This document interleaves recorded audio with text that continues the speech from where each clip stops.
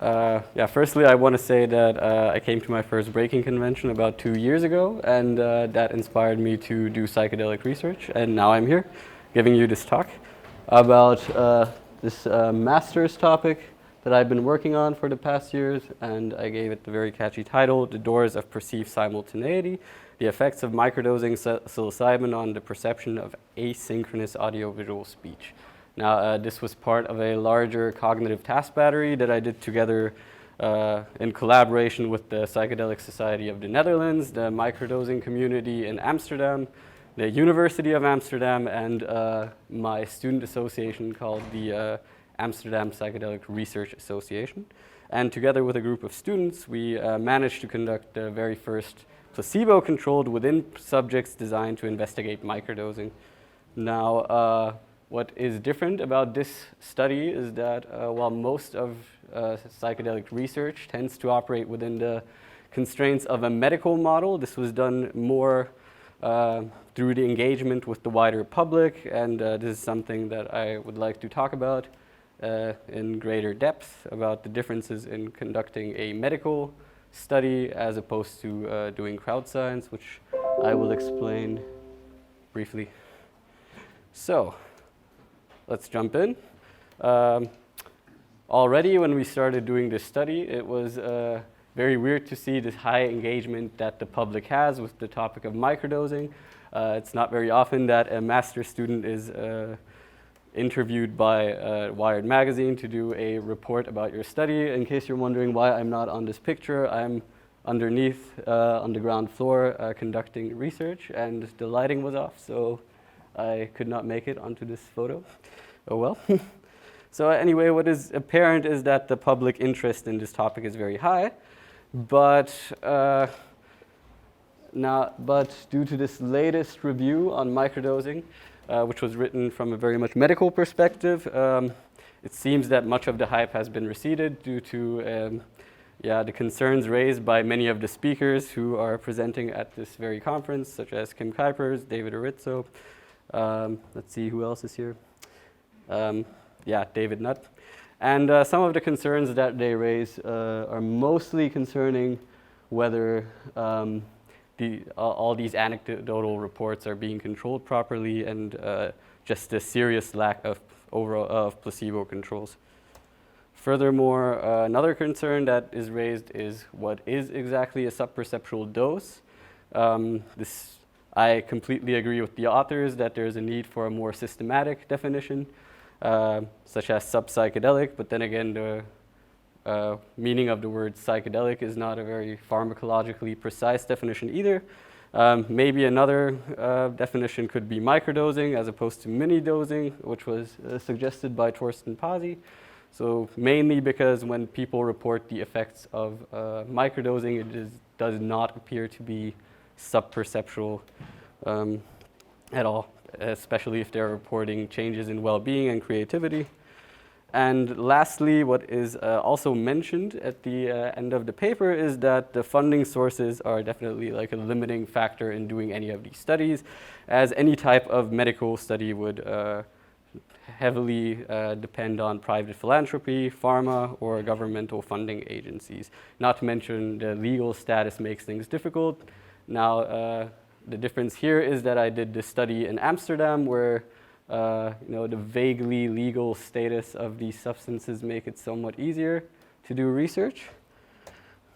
But also another aspect that maybe isn't fully captured is the possibility of doing crowd science. Now, crowd science has been sort of studied. The crowd science just refers to any kind of initiative where the public engagement is a resource that the scientists are actually utilizing to conduct their research. And I would argue that you can also do this type of research paradigm if it is controlled for in a proper way.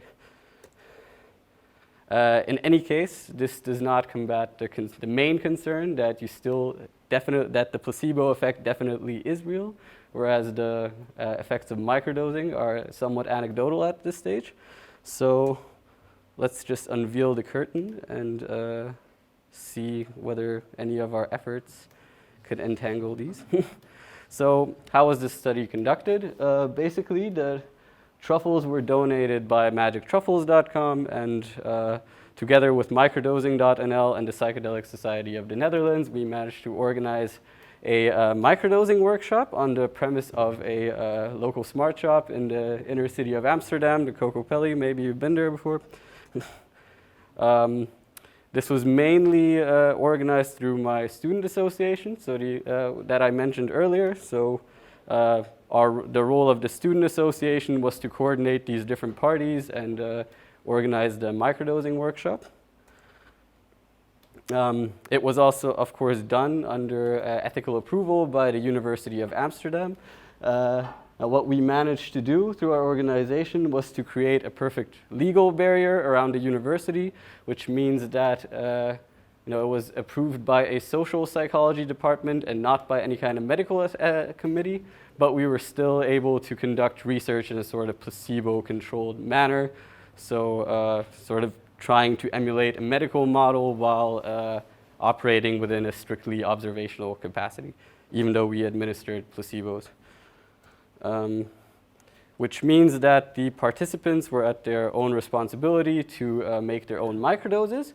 However, we did manage to recruit collaborators from the University of Prague and the forensic laboratory who analyzed the compounds later on so that we could quantify the exact amount of psychedelic alkaloids in the truffles. I'd also want to give credit to the wider public who participated in this completely free of charge, which I can say that our effective costs were at literally zero. And lastly, I'd also like to stress the importance of pre-registering this type of research in an open science framework so as to make things as transparent as possible and to avoid any kind of p-hacking behaviors or massaging the data to get the results that the public would like us to have.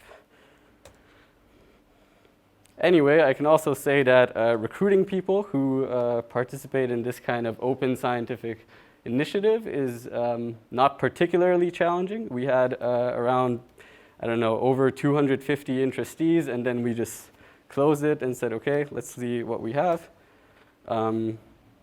The Psychedelic Society of the Netherlands then applied medical exclusion criteria. So, for instance, history of family diseases, people who had the clear intention of participating to treat some kind of mental illness or were taking any kind of antidepressants were excluded.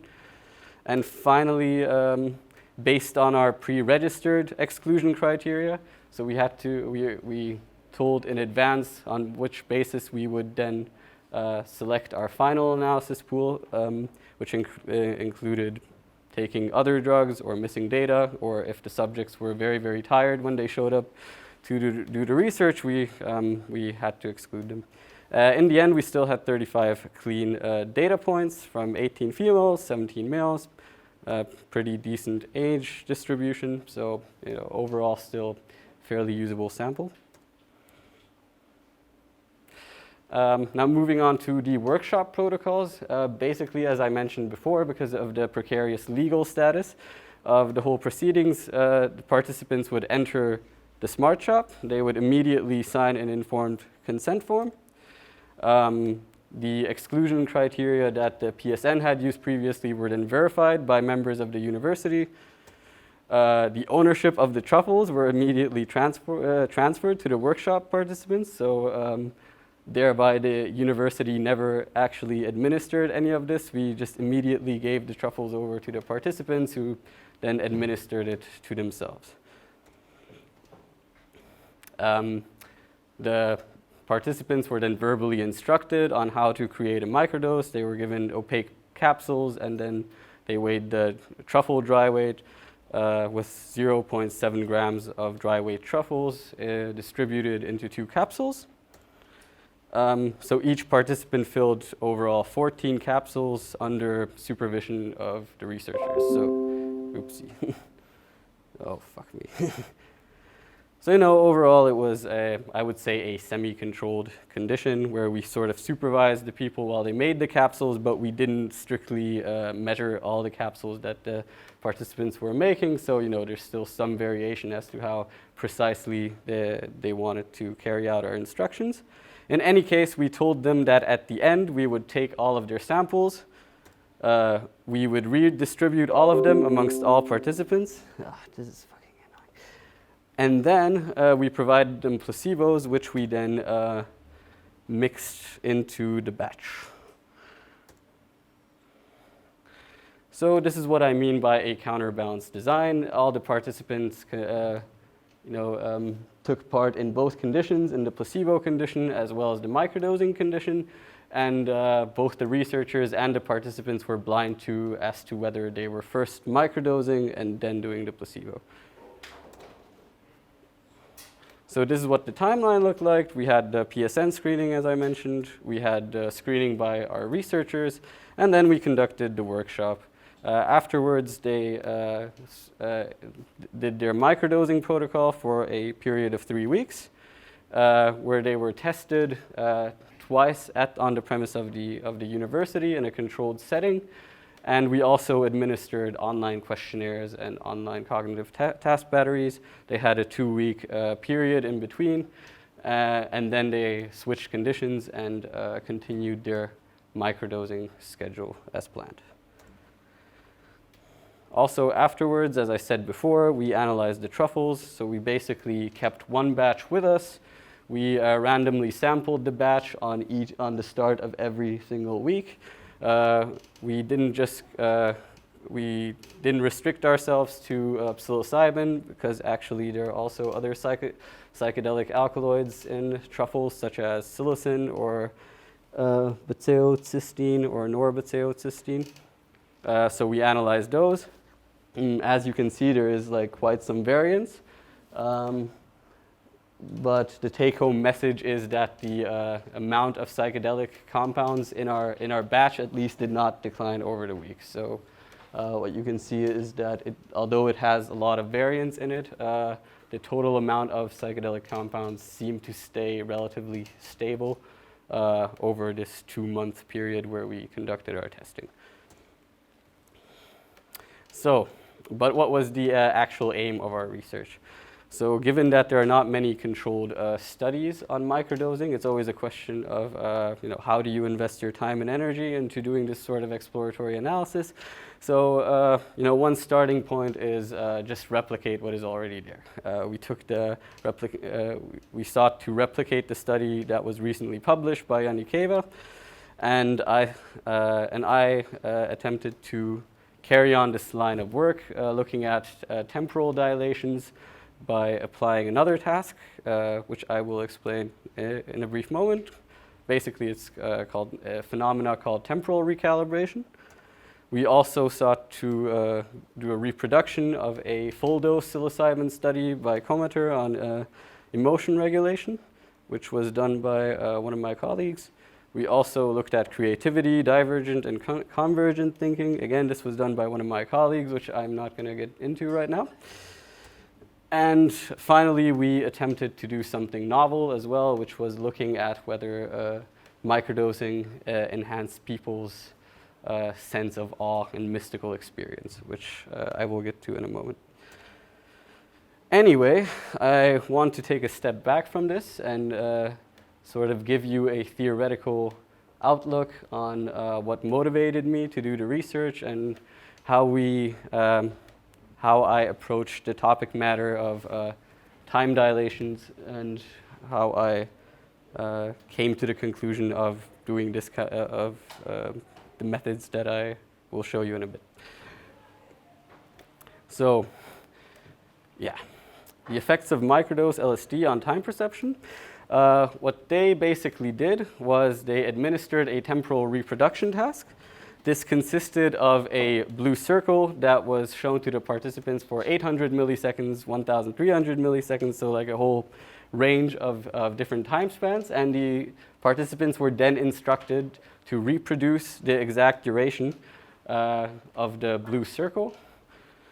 And what they found was that that participants would overestimate the actual duration. So every time they reproduced the duration of the circle, it ended up being somewhat longer than it actually was. So this is what they refer to as time dilations. Now there are, in my opinion, some theoretical shortcomings as to whether you can infer the actual dilation of time in these studies, particularly because if time is dilated during the perception of a blue circle, then why isn't time dilated while they are actually reproducing the circle as well? So the logic behind this would be that that the amount of time they would spend on reproducing the actual circle would theoretically have to be the same length as when they saw it, like if time was actually dilated. So what can we deduce from that? Time as such is not being perceived. What they are actually perceiving is the stimulus intensity or the stimulus duration of those blue circles. I mean, this can be supported if you look at a meta-analysis of time perception and cognition. Not many cognitive neuroscientists assume that there's some kind of central clock in the brain that measures time. And anyway, if there was such a mechanism, then all the other brain regions would have to be somehow centrally linked to this one single timing unit. So it is much more sensible to assume that for each individual brain modality, there is like a separate mechanism that measures time. So what I was thinking about was how this phenomena of time dilation could be explained based on the entropic brain theory. So here you can see what is by now probably the most popular depiction of what psilocybin does. It increases brain network connectivity, so you see a lot more crosstalk between the different brain regions. And they describe this phenomena with the unit of entropy. Now, entropy is derived from thermodynamics, and it can be used to describe a physical system. So something like a system that is moving slowly would be composed of a solid, more structured matter composition, whereas if you increase the entropy or you increase the heat, then you introduce chaos to the system, and it turns into this chaotic gas-like structure. So the entropic brain theory draws this sort of analogy on something that is happening in a physical system to something that is happening in the brain, which in the end is also a physical system, right? But if we decompose what entropy actually is, then we can think of it as low entropy would be consistent of a bunch of slowly moving particles, whereas high entropy could be conceptually imagined as, like I said before, a chaotic mass of fastly moving gases. What this also means is that we are never perceiving time as such when we try to orient ourselves, but what we are seeing is the rate of change in our environment. So when we see a visual scene and it feels like a lot is things are happening quickly, what we are actually keeping track of is the changes in perception from moment to moment. If we see more things happening more quickly, then we will associate that as more time having passed, whereas if things are happening very slowly, then we perceive time as having slowed down. Alternatively, we can also imagine things as being far away, because like in this picture, so if you are riding on a train, then you will see that things that are closer to you are moving and changing at a much faster pace, whereas if you look out into the horizon, nothing is changing. So, entropy spans through both time and space, and there's a kind of, perceptual relativity that goes into making these inferences about how the brain creates the sensation that time is flying by.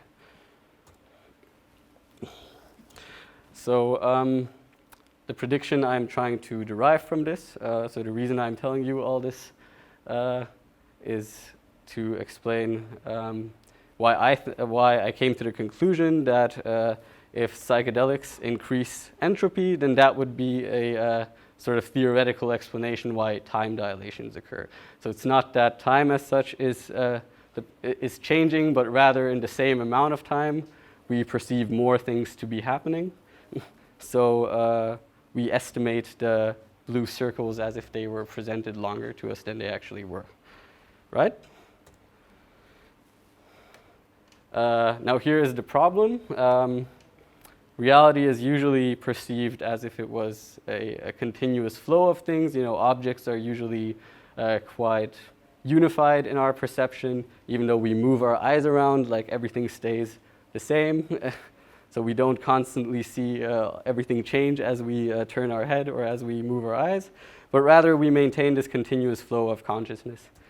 Now this is kind of problematic because you know, light travels much faster than sound. So if I see an object here, then the you know, the light and the sound asynchrony would be different than if I saw an object that was moving outside. That would introduce this sort of spatial relativity that I was mentioning before.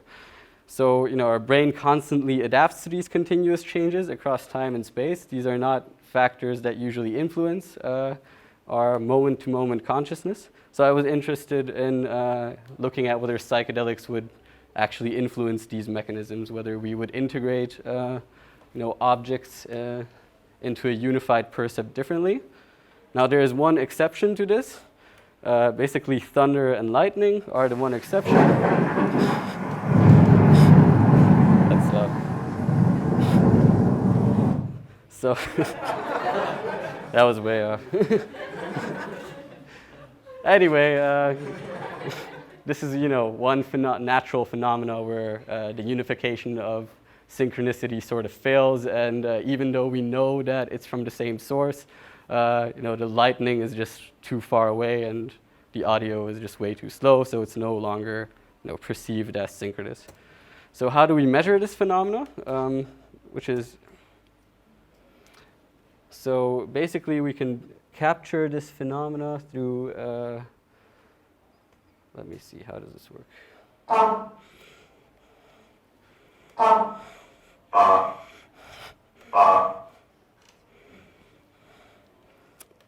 Right. So basically, we can capture this phenomena by introducing a stimulus set where we show participants continuous videos of this lovely man and woman saying "ba" all the time, and we introduce like different amounts of audio-visual lags.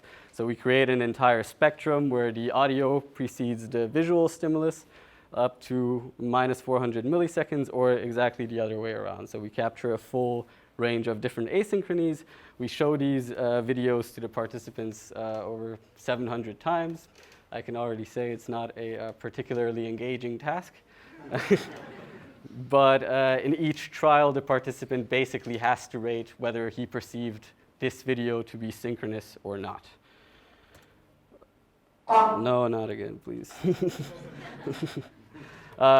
What we can then do after we capture the full range of their synchrony judgments, we can plot them over the entire range of asynchronies, and we can fit the response curves with a Gaussian. What this does is it's a neat little trick which lets us treat their behavioral response as if it was a continuous variable. So we can sort of extrapolate behavior onto the entire spectrum of asynchrony, even though we only measured 5 distinct data points of this phenomena. And what we are interested here is the point of subjective simultaneity. So that's where the Gaussian function would peak. And what we are interested in is how the behavior of this Gaussian is changing due to microdosing. So what I wanted to see was whether microdosing would change how people recalibrate this curve. Every time there's an asynchrony, the Gaussian would sort of shift in that direction. And then in the subsequent trial, it would sort of adapt to the previous lag, as would happen in a day-to-day basis. So it's a fairly simple setup, but it actually contains a lot of interesting information if you're interested in multisensory integration processes, because actually the spectrum has 2 distinct characteristics.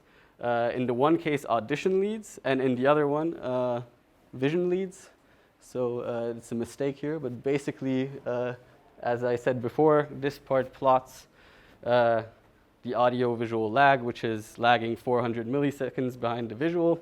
So in this case, the vision would lead, and the prediction would be that in each trial where the audio was lagging, the stimulus curve would then shift in that direction, and then in the subsequent trial, you would see a difference in those Gaussian curves.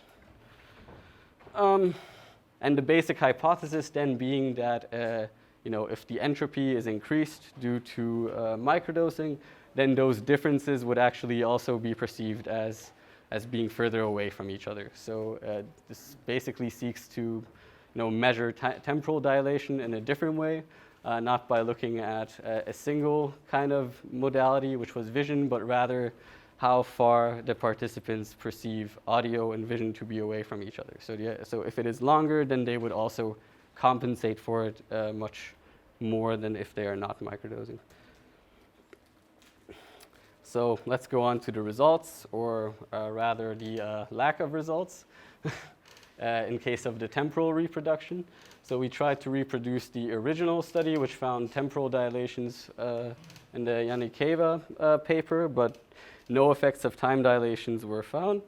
So here you see the microdosing condition against the placebo condition, and each interval was more or less the same under both conditions. In terms of temporal recalibration, the hypothesis that the distances perceived between the two stimuli unfortunately also did not hold true. But what I did find was that the original phenomena was completely intact. So if we want to reframe these results, people's ability to recalibrate the perception of synchrony judgments also was not impaired due to microdosing. And we did find one significant effect concerning the bandwidth of the perceived simultaneity. So what we found was that the overall sigmoid parameter of the Gaussians, so the bandwidth, was larger while people were microdosing, which basically translates to a wider temporal range wherein audio-visual events could still be perceived as simultaneous. So in that sense, it's still a nice effect. We still see that microdosing does change parts of our perception. So finally, I want to go on to the last part of our study, which was to look at awe and mystical experience. So the motivation for this type of research comes from the wide range of studies that promote the mystical experience as a major predictor in the therapeutic efficacy of different kinds of trials. Of course, with psychedelics, with microdosing, you could argue that why would a sub-perceptual dose of a psychedelic cause a mystical experience? Luckily, my supervisor who does research on absorption, on mystical experience, has found that you can also induce a mystical experience by showing people, these awe-inducing videos. And, a major predictor of that is trait absorption, which has also been found to increase while people were microdosing. So there's, you can still make the assumption that when people are microdosing, the likelihood that they will have a mystical experience is still somehow larger. So let me just show you how we induce the sense of awe. Maybe if I could turn the audio down a little bit. So what we basically did was have the participants view these little short video clips, which I'll show you an example of which.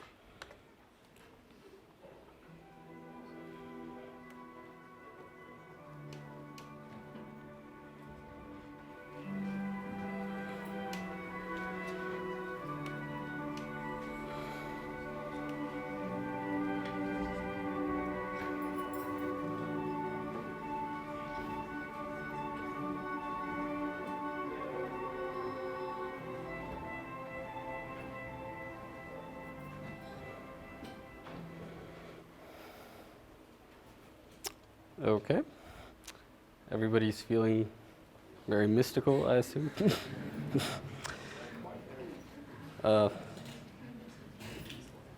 Yeah, so as controls, we used positive or funny videos, which they then also rated for the sense of awe, and also just neutral videos. Yeah, do you want to see a funny cat video or something? Yes, yes.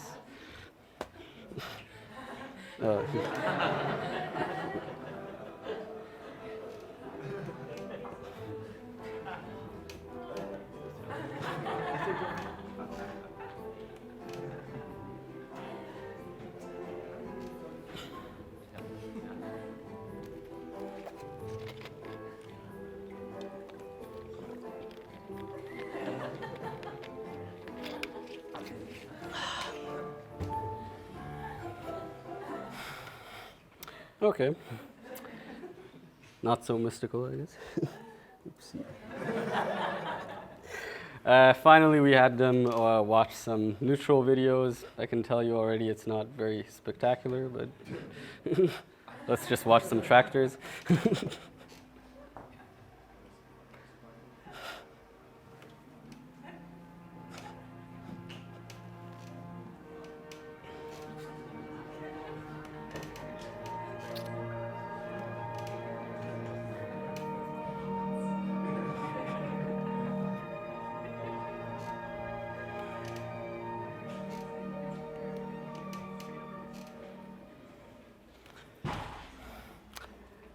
Anyway, you get the idea. We had many more of these kind of videos. We also had some highways and more nature scenes with Sigur Rós music playing. Those were pretty nice. See. And basically, after every time they watch one of these videos, we would measure the sense of awe.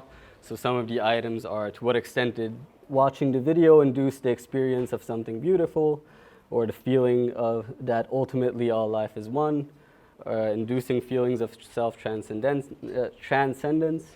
or a loss of sense of space and time during watching the video, or to what extent they were impressed by watching the video.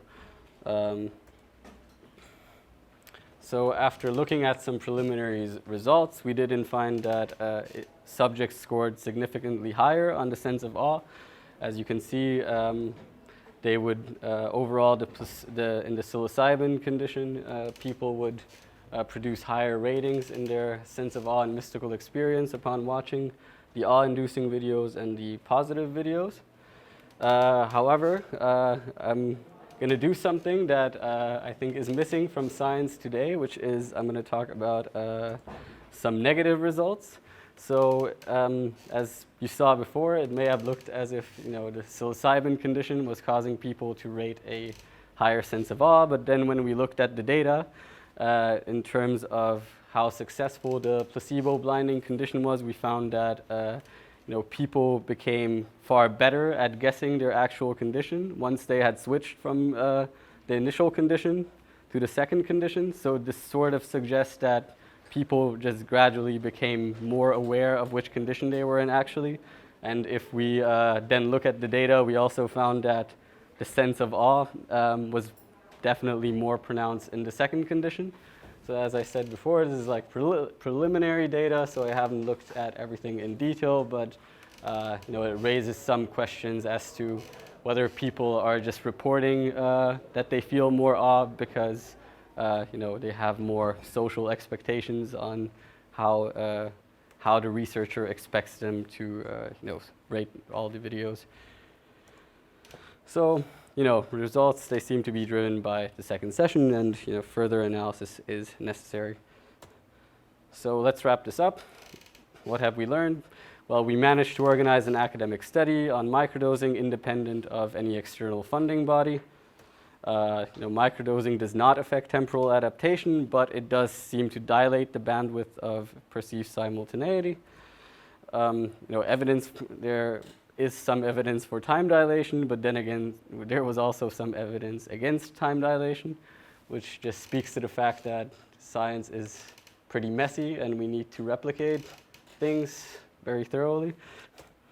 The placebo condition remains crucial as our participants improved their guesses accuracy from 60% to 70% after switching their treatment condition, which means that we still have to find in creative ways of conducting placebo controls, maybe introduce some kind of active placebo as well to confuse the participants a little bit more, and some remarks and suggestions for future research. I think that beyond the medical model, which is like kind of costly, crowd science can also effectively be used in an exploratory manner, as long as everything is then replicated and then controlled for later on. I still think that the cost factor is like what's keeping back most of this research. So I think this could be done more in the future. I think the psychophysical techniques such as masking or this temporal recalibration task is somewhat robust against the placebo effect. So I don't really think that if we, for the task that I used with the synchrony judgments, the participant could have figured out what we were actually expecting of them. So it was, as long as it's not completely obvious to the participant what the desired outcome of the study is, I think to some degree that counteracts placebo limitations. I think we have to be aware of the replication crisis in science, and this calls for extra scrutiny in interpreting the results, as I showed before. And finally, just a supportive call to employ pre-registration and transparency and open scientific collaborations, as we've done in our study. And finally, I'd like to, those are our sources, but I'd also like to give special thanks to all my team members. So Josephine Marshall, who did most of the organization together with the Psychedelic Society of the Netherlands and the Microdosing.nl community. Michiel van Elk, who is my supervisor, who made all of this possible through getting it through our local ethical committee, and Pascal Lempe and Claire, who helped conduct the actual study, and not to mention all the psychedelic communities who actively contributed to all of our research. And on a final note, I want to blatantly advertise a conference that I'm organizing in Amsterdam. It's in April 2020, on the 24th to the 26th. And I hope you all can make it there as well. Thank you.